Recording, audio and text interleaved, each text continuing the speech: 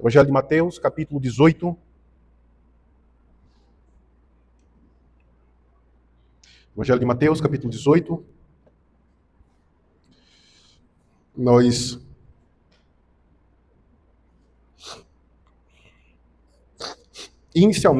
Hoje nós iremos ver alguns textos, né, para tratar desse tema, que é a perda da inocência, aconselhando quem teve a infância roubada de forma brutal ou brutalmente. Então, eu peço a sua atenção e a sua ajuda para abrir e acompanhar vários outros textos. Inicialmente, iremos ver esse texto do Evangelho de Mateus, capítulo 18, do verso 5 ao verso 7. Evangelho de Mateus, capítulo 18, do verso 5 ao verso 7. Diz assim a palavra do nosso Deus. Portanto, aquele que se humilhar, e quem receber uma criança tal como esta, em meu nome a mim me recebe. Qualquer, porém, que fizer tropeçar a um destes pequeninos, que crê em mim, melhor lhe fora que se lhe pendurasse ao pescoço uma grande pedra de moinho e fosse afogado na profundeza do mar. Ai do mundo por causa dos escândalos, porque é inevitável que venha escândalos. Mas ai do homem pelo qual vem o escândalo. Até aqui a palavra do nosso Deus, meus irmãos. Todos nós, meus irmãos, de uma forma ou outra, nós sofremos nesse mundo. Afinal, como nós temos tocado nessa tecla aqui, quarta-feira após quarta-feira, especialmente quando nós lançamos alguns fundamentos a respeito do aconselhamento bíblico, nós vivemos em um mundo caído. Como parte de um mundo caído, né, manchado e fragmentado pelo pecado, o sofrimento nos acompanha. Né? Ora com enfermidades, ora com injustiça, ora com pecados de terceiros para conosco. No entanto, meus irmãos, há pessoas que carregam uma dor muito peculiar. Porque tais pessoas não apenas sofreram, mas porque quando elas olham para trás, para suas vidas, elas percebem que algo lhes foi roubado muito cedo. Né? Algo que nunca deveria ter sido tirado delas, como a segurança, como a confiança, como a pureza, né? A sensação de que o mundo era o lugar mais seguro, lhe foi, de forma brutalmente, tirada. Então, não é só uma pessoa que sofreu, mais uma vez, como todos nós, em um grau menor ou maior, sofremos. Mas é uma pessoa que teve, né, em sua vida, uma dor muito peculiar. Em um momento, em um contexto da vida muito peculiar. E muitas vezes, além da própria dor, né, que essa pessoa ela carrega, são poucas as pessoas que muitas vezes cresceram, não são poucas as pessoas que muitas vezes cresceram ouvindo certos conselhos de como lidar com essa dor. Então você precisa esquecer isso. Você precisa superar isso. Não mexa nessa ferida. O tempo cura todas as coisas. Né? Isso já passou.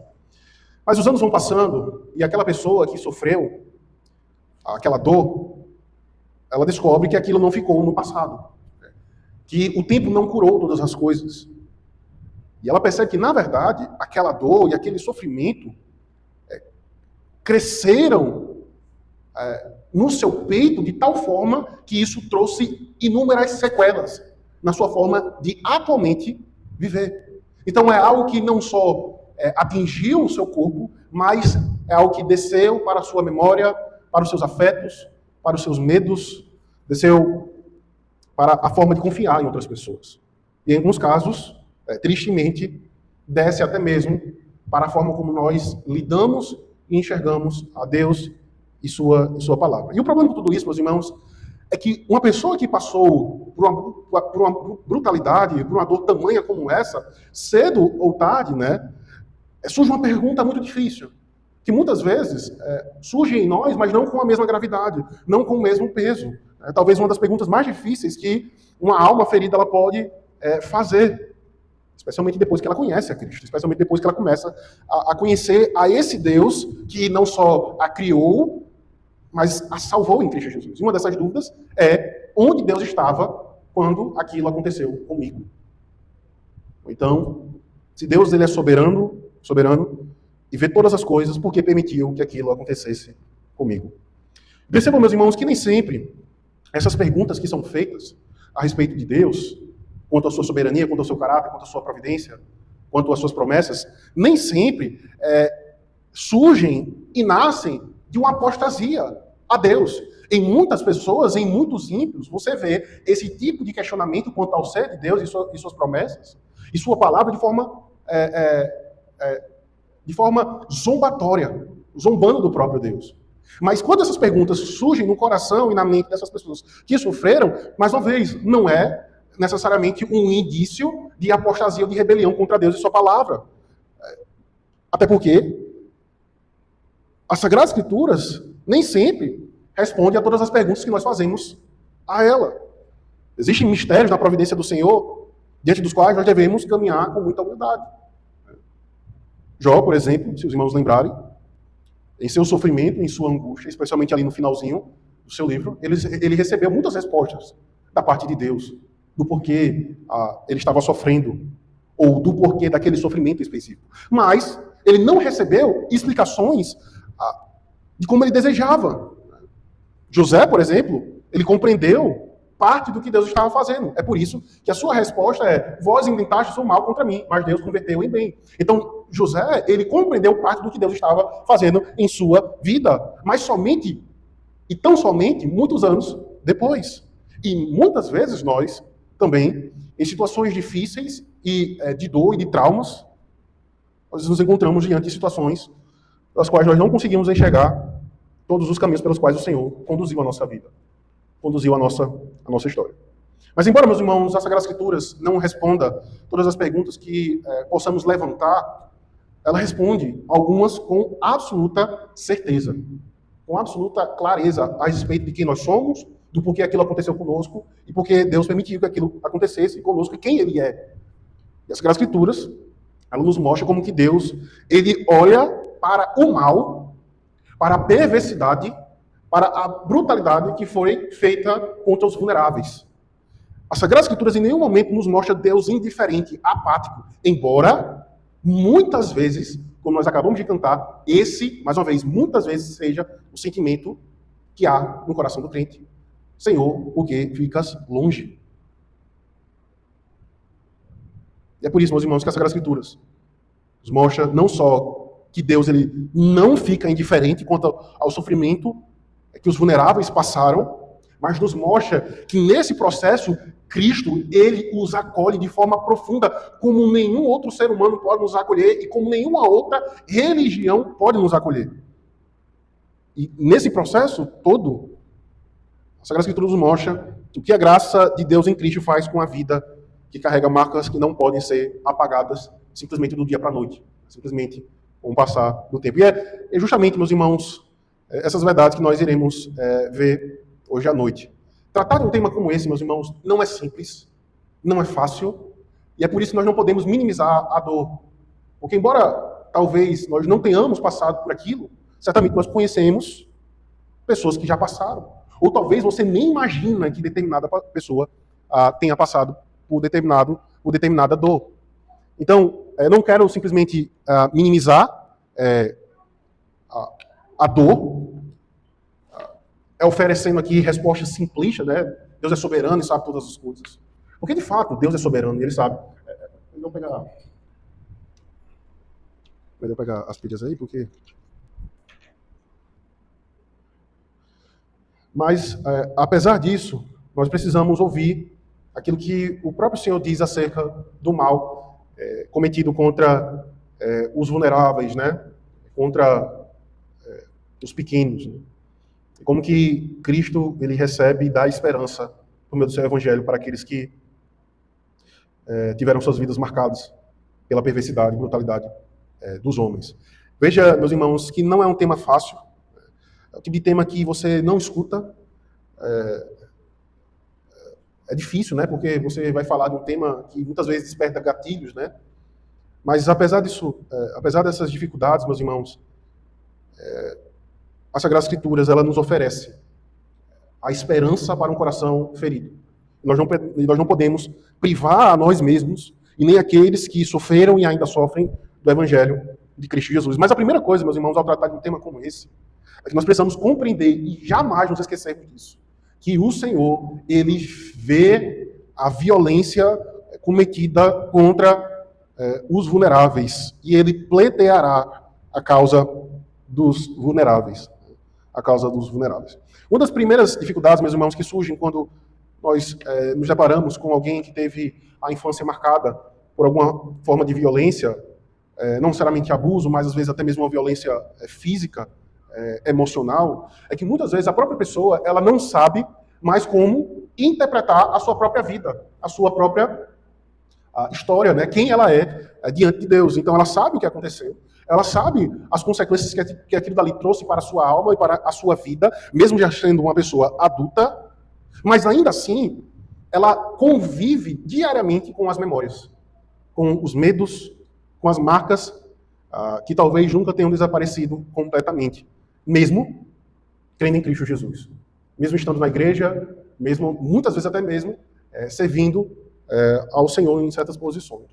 Mas em algum momento, essa pessoa ela vai se deparar com perguntas que ocupam a sua alma, né? Que, mais uma vez, se Deus estava vendo tudo aquilo, por que Ele não fez nada? Por que Ele não impediu? E aí, pouco a pouco, a pessoa ela deixa de lutar apenas com não só apenas com aquilo que aconteceu, mas agora ela passa a lutar também com aquilo que ela pensa sobre Deus. É exatamente nesse ponto, meus irmãos, que as Sagradas Escrituras ela nos chama não para olharmos para as nossas experiências, por mais dolorosas e tristes que elas tenham sido, mas para olharmos para o caráter do nosso Deus. Porque antes das Sagradas Escrituras nos responder os motivos dos nossos sofrimentos, o Senhor nos chama a lembrarmos quem Ele é. Parece, não é simples, isso que eu estou falando, mas é de extrema importância, meus irmãos.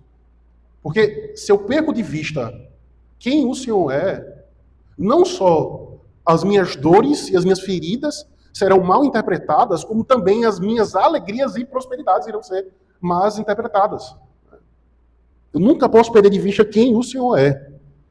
Porque a esperança, meus irmãos, do Deus que nós servimos, ao enviar o seu único Filho, Cristo Jesus, para nos resgatar, não foi simplesmente para nos tornarmos pessoas melhores, socialmente falando, eticamente falando. Mas a razão pela qual o Senhor enviou o seu Filho foi para que nós pudéssemos, com Ele, para todo sempre, habitarmos. Então, tanto as minhas dores, como os meus sofrimentos e as minhas alegrias, não tem como finalidade esse plano aqui que os meus olhos enxergam. Eu tenho que sempre ter em mente a eternidade e quem o Senhor é. Quem o Senhor é. Não é simples, por isso que eu falei, parece simples no primeiro momento. Mas crermos nisso, meus irmãos, é um desafio diário e constante.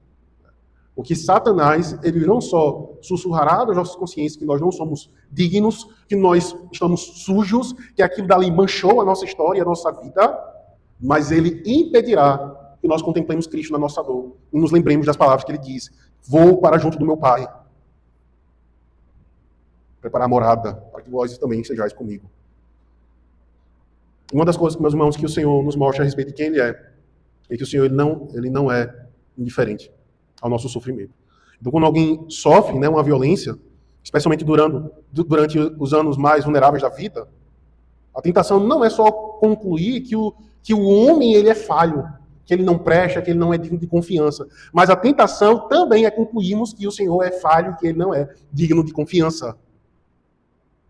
Porque, mais uma vez, essas são perguntas que surgem no nosso coração, que é muito mais fácil abafá-las e silenciá-las do que realmente trazê-las à tona e permitir que sejamos tratados pelo Senhor. E aí, pelo fato de nós termos abafado essas perguntas e até mesmo a nossa própria dor, a gente vai vivendo fingindo que aquilo não nos afeta hoje. Fingindo que aquilo ali não nos desperta ansiedade, medo, frustrações.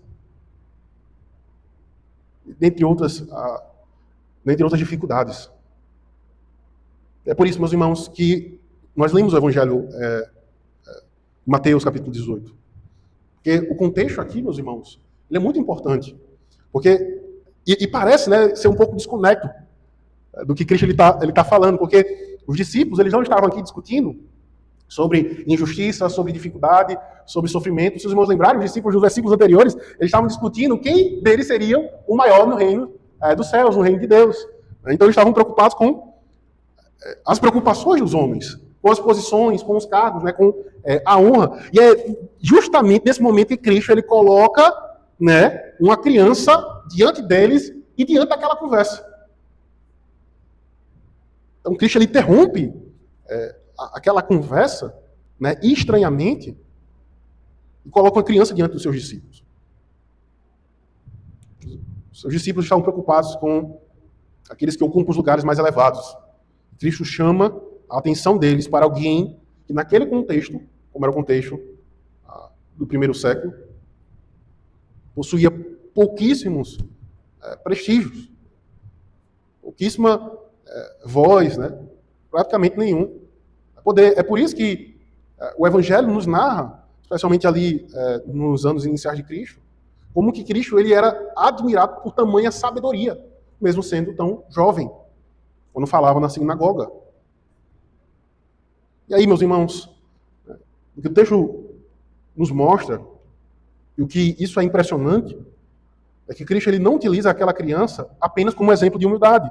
Portanto, aquele que se humilhar como esta criança, esse é o maior no reino dos céus. Mas ele transforma aquela criança em um exemplo, né, em uma questão moral. Cristo ele vincula a forma como nós tratamos os vulneráveis, os pequenos, à forma como nós tratamos o próprio Cristo.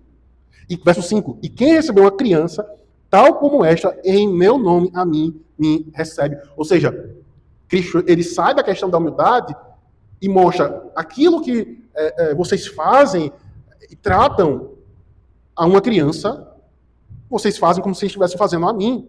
Vocês a mim me recebem. E veja, meus irmãos, o que isso nos ensina. Que Cristo está falando de pessoas que utilizavam a sua força, a sua influência e o seu poder para ferir aqueles que se encontravam em uma condição de vulnerabilidade. Mais uma vez, preste atenção, veja se não é isso. Os discípulos, dentro daquele contexto, eles estavam preocupados com as posições e certamente o que tudo aquilo envolve.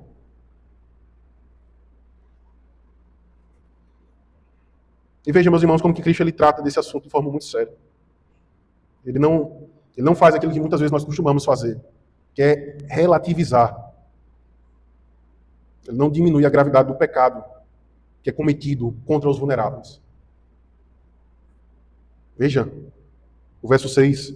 Qualquer, porém, que fizer tropeçar a um destes pequeninos que crê em mim, melhor lhe fora que se lhe pendurasse ao pescoço uma grande pedra de moinho e fosse afogado na profundeza do mar. O Senhor não trata o mal que é feito a uma criança, a um vulnerável, como pouca coisa. E aí eu falo, né? Nós estamos tão entorpecidos, meus irmãos, por esse mundo fraco e doente, que veja o que Cristo lhe deseja para qualquer um que fizer tropeçar a um desses pequeninos. Veja o que Cristo está desejando. Melhor lhe fora que se lhe pendurasse ao pescoço uma grande pedra de moinho e fosse afogado na profundeza do mar. Cristo, meus irmãos, ele está desejando o suicídio daqueles que fazem o mal ao vulnerável. Melhor lhe fosse que cometessem suicídio. Ou seja, Cristo ele deseja não só a morte, mas ele coloca o suicídio como uma alternativa daquilo que ele fará. Ou seja, era melhor que o indivíduo se matasse. Mas como ele não fez isso, ele será julgado por mim mesmo. Ele será julgado por mim mesmo. E é por isso, meus irmãos, que essa verdade, ela aparece no Salmo 10. Por favor, Salmo 10.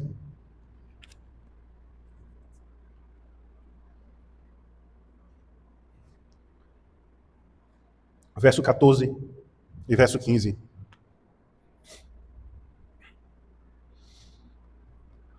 Tu, porém, tens visto porque atentas aos trabalhos e à dor, para que os possa tomar em tuas mãos. A ti se entrega o desamparado, tu tens sido defensor do órfão. Quebranta o braço do perverso e do malvado, esquadrilha-lhes a maldade, até nada mais achares. Até nada mais achares. O salmista aqui, meus irmãos, ele contempla a perversidade e a maldade dos homens, e muitas vezes como que eles saem impunes, como que essa impunidade muitas vezes aflige e esmaga o povo do Senhor. E por um momento parece que nós estamos ouvindo, né, os nossos próprios corações aqui, onde Deus estava quando aquilo aconteceu comigo. O ímpio, ele age como se jamais fosse chamado a prestar contas. Ele age como se ninguém tivesse visto. Mas então, o Salmo diz: tu, porém, o tem visto, porque atentas aos trabalhos e à dor. O Senhor, meus irmãos, ele não fica indiferente. Embora o seu juízo, ele tarde, e essa Sagrada Escritura nos diz que muitas vezes o juízo do Senhor tarda puramente por causa da sua misericórdia e paciência, ele virá. Ou seja, a gente não para pensar na profundidade do Evangelho. Nós cremos em um Cristo e no Evangelho superficial, meus irmãos. Ou seja, a morte de Cristo, meus irmãos, é o grande testemunho para o mundo que a maldade ela não ficará impune.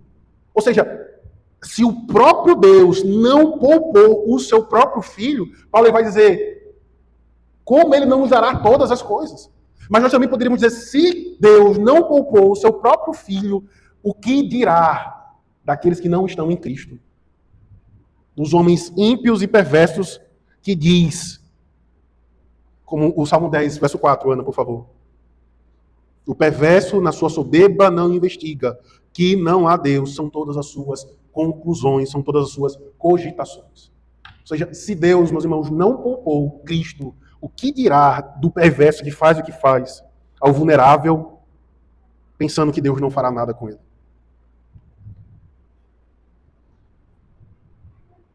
O sofrimento, meus irmãos, que muitos dos filhos de Deus passam nessa vida é o único inferno que eles passarão. Toda dor, toda angústia durará só por um tempo. Mas foi porque Cristo ele ressuscitou, meus irmãos, que a nossa esperança não é vã. Ele esmagará a cabeça de todos os seus inimigos. E aí, Salmo 3. Salmo 3, verso 7. Levanta-te, Senhor, salve-me, Deus meu, pois feriste nos queixos a todos os meus inimigos, e aos ímpios quebra os dentes. Do Senhor é a salvação, e sobre o teu povo a tua bênção. Ah, meus irmãos, nesse exato momento, pessoas que não só carregam feridas na sua alma e não conseguem olhar para nada nessa vida e encontrar consolo. Mas eis aqui, meus irmãos, o Evangelho nos lembrando quem é o Senhor.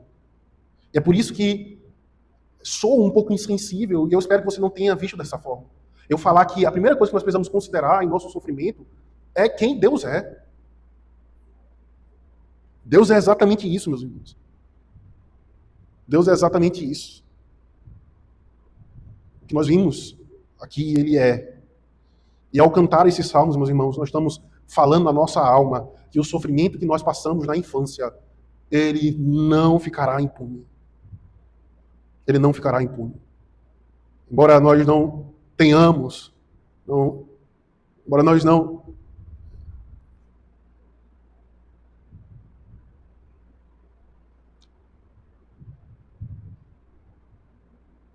venhamos a ter na nossa infância pessoas que deveriam cuidar, nos proteger de nós, meus irmãos. Deus, Ele é muitas vezes e sempre aquele que nos guarda e vela a nossa alma.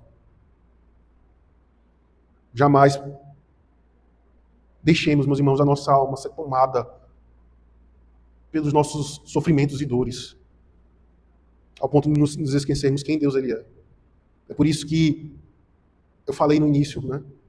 Muitas das pessoas que sofrem, elas têm dificuldade, até mesmo, em alguns casos, de enxergar Deus como Pai. Agora, se muitas vezes o pai que eu tinha e vi fez isso comigo, quem dirá daquele que é chamado de Pai a quem eu não vejo? E aí a gente vai desconfiando de quem Deus ele é. Mas não, meus irmãos, o Senhor, ele não é como os homens perversos.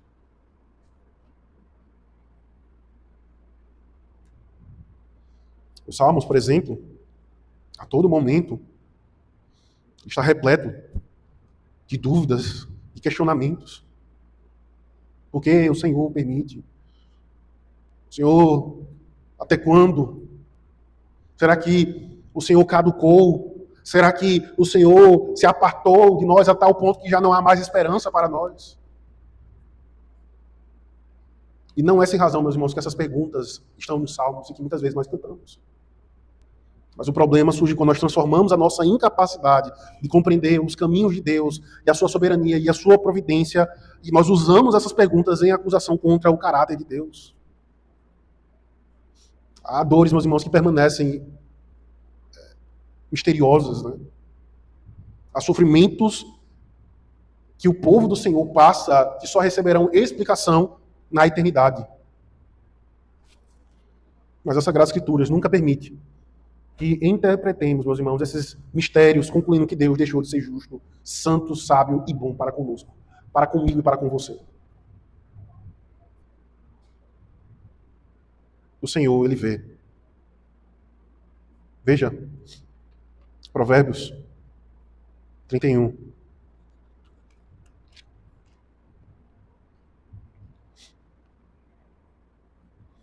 Oito e 9.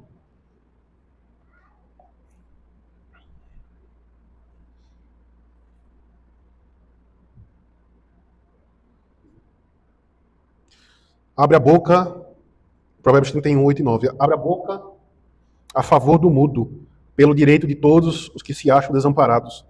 Abre a boca, julga retamente e faz justiça aos pobres e aos necessitados. O Senhor, meus irmãos, Ele não só se preocupa com os vulneráveis em seus decretos, mas Ele manifesta a responsabilidade que Ele impõe ao seu povo. Ou seja, o Deus que vê a injustiça ordena que o seu povo não seja indiferente à injustiça. Porque Ele não é indiferente e assim também não deve ser o seu povo. Deus, Ele ama a justiça e Ele ordena que a sua igreja reflita esse mesmo senso de justiça. Então, meus irmãos, quando nós olhamos para a palavra do Senhor e para a revelação das Sagradas Escrituras, nós começamos a perceber que a primeira coisa, a primeira verdade que uma alma ferida precisa ouvir, não é, no primeiro momento, veja, não é que não possa, escute com muita atenção, mas a primeira coisa que uma alma ferida precisa ouvir não é a explicação completa para o seu sofrimento, mas é a certeza de que aquilo que lhe aconteceu nunca esteve e nunca ficará oculto aos olhos de Deus.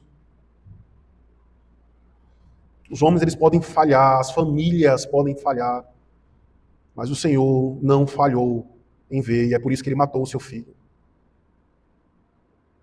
Embora os homens tratem o mal que talvez possa ter sobrevindo sobre você, o mal que nunca aconteceu, às vezes até mesmo não acreditando em você, o Senhor, Ele não é assim. Existe justiça para aqueles que foram oprimidos. Existe graça e esperança para os quebrantados. E é aqui, meus irmãos, que nós vamos caminhar para o fim. Por favor, 1 Coríntios. Porque se eu disse, meus irmãos, que a primeira coisa que nós precisamos compreender é que o nosso Deus, ele não fica indiferente. Nós precisamos lembrar o que o Evangelho nos oferece. 1 Coríntios, capítulo 15.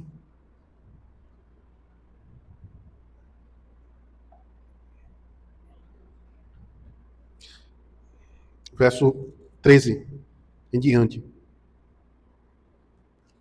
Alguém poderia ler, por favor? Até o verso 19.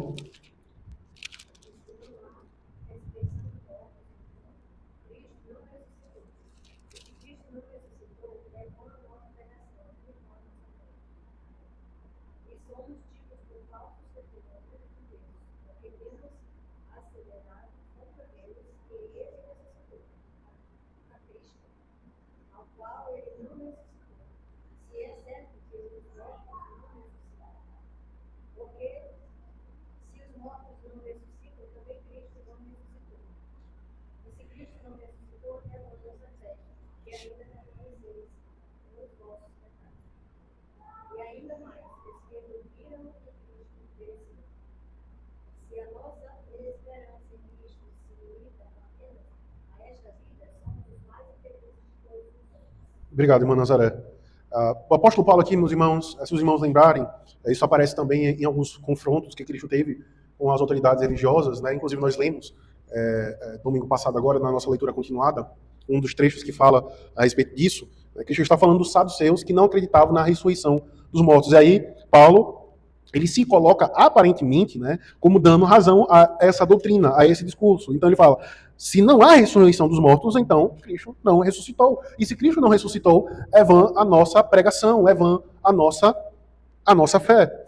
Então veja, meus irmãos, se nós compreendermos que Deus, como nós vimos agora, anteriormente, se nós compreendemos que Deus, ele vê o mal e ele não fica apático a isso, existe ainda uma questão que pode ser levantada, né? O que Deus fará com toda a injustiça que continua sem resposta.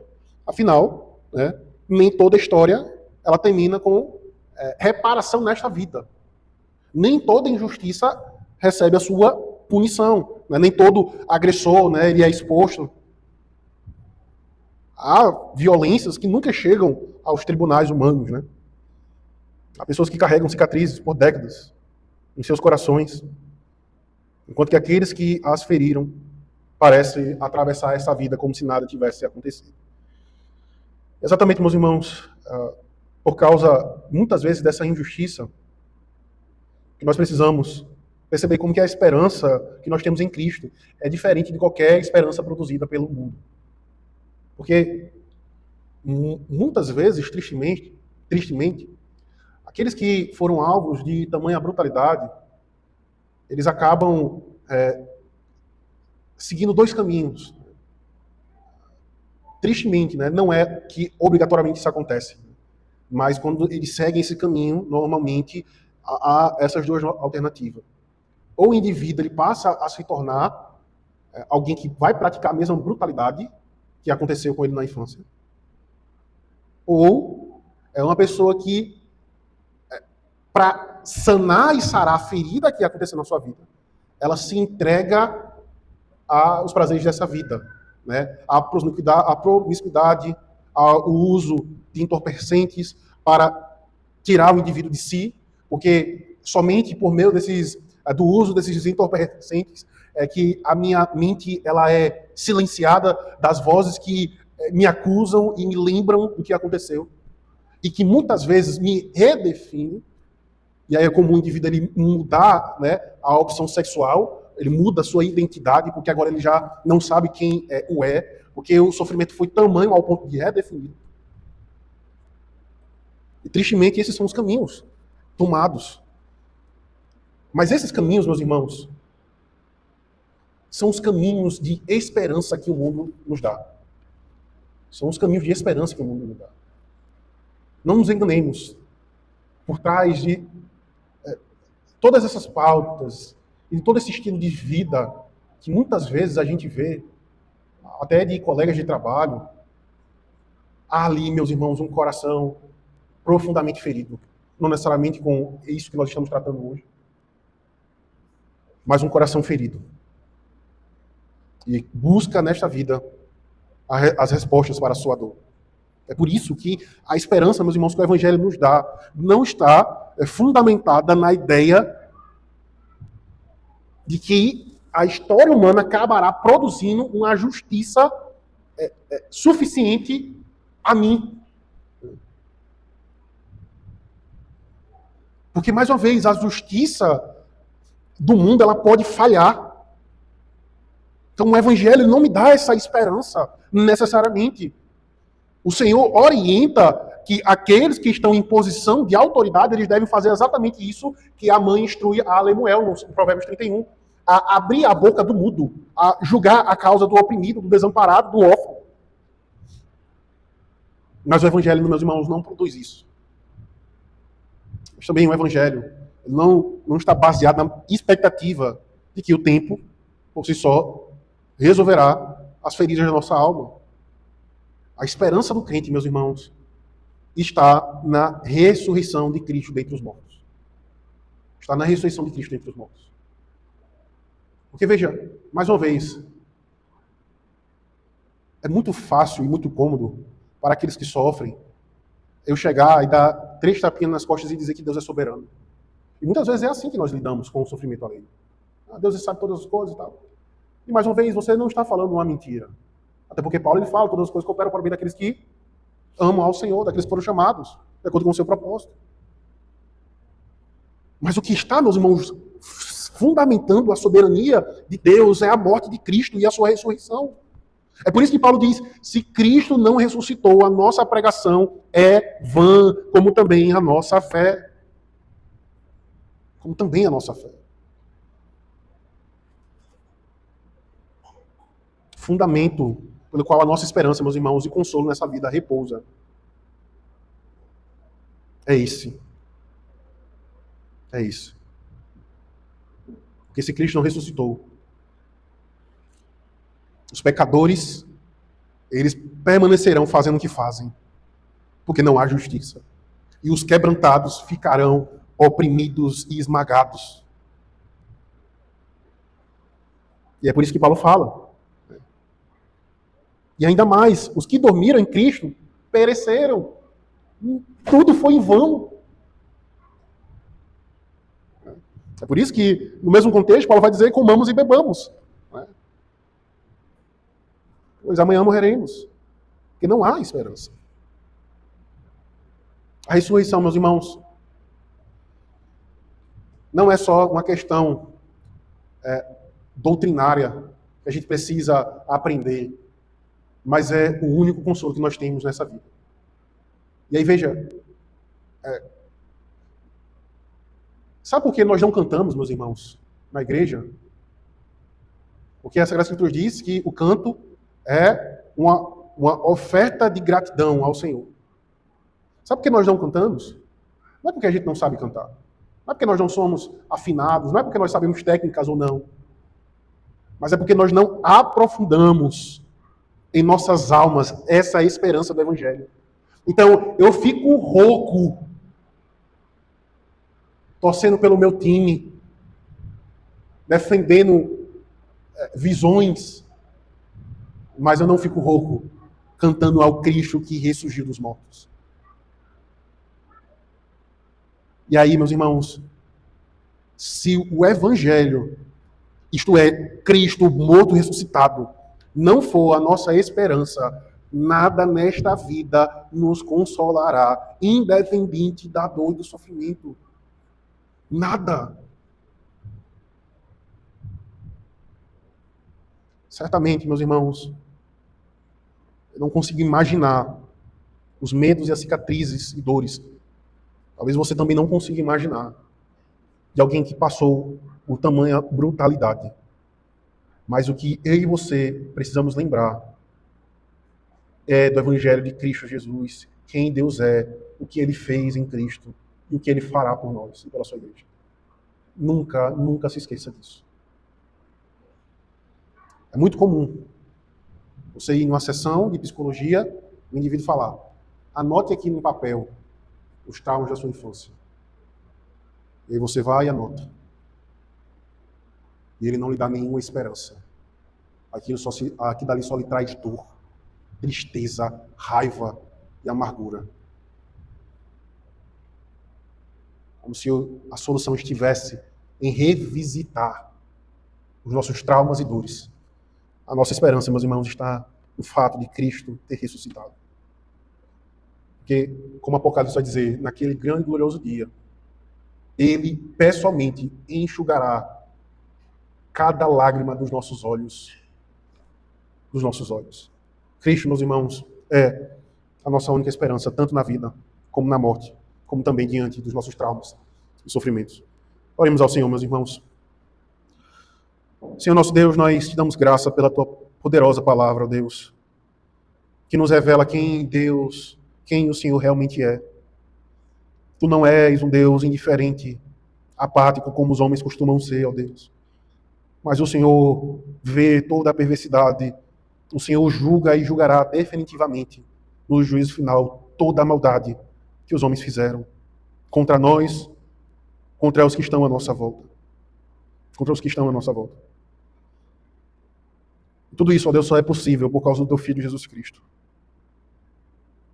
O Teu Evangelho, ó Senhor, é quem verdadeiramente nos diz quem somos.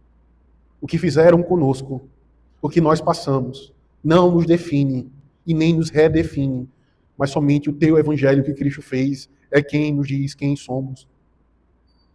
Nós somos, ó Deus, homens e mulheres, pecadores que foram salvos por Tua graça em Cristo Jesus. E agora, ó Deus, justificados pela fé em Cristo Jesus, já não há mais nenhuma condenação por causa de Cristo Jesus. Não há nada, Deus, que possa nos separar do Teu amor. Louvado seja o Senhor por isso, ó Deus. Louvado seja pela a ressurreição dos mortos. Porque nós não iremos nos encarnarmos, ó Deus, para vivermos uma vida melhor. Mas nós iremos, ó Deus, ressuscitarmos. Nós iremos nos comparecer diante do Teu juízo, diante do Teu tribunal.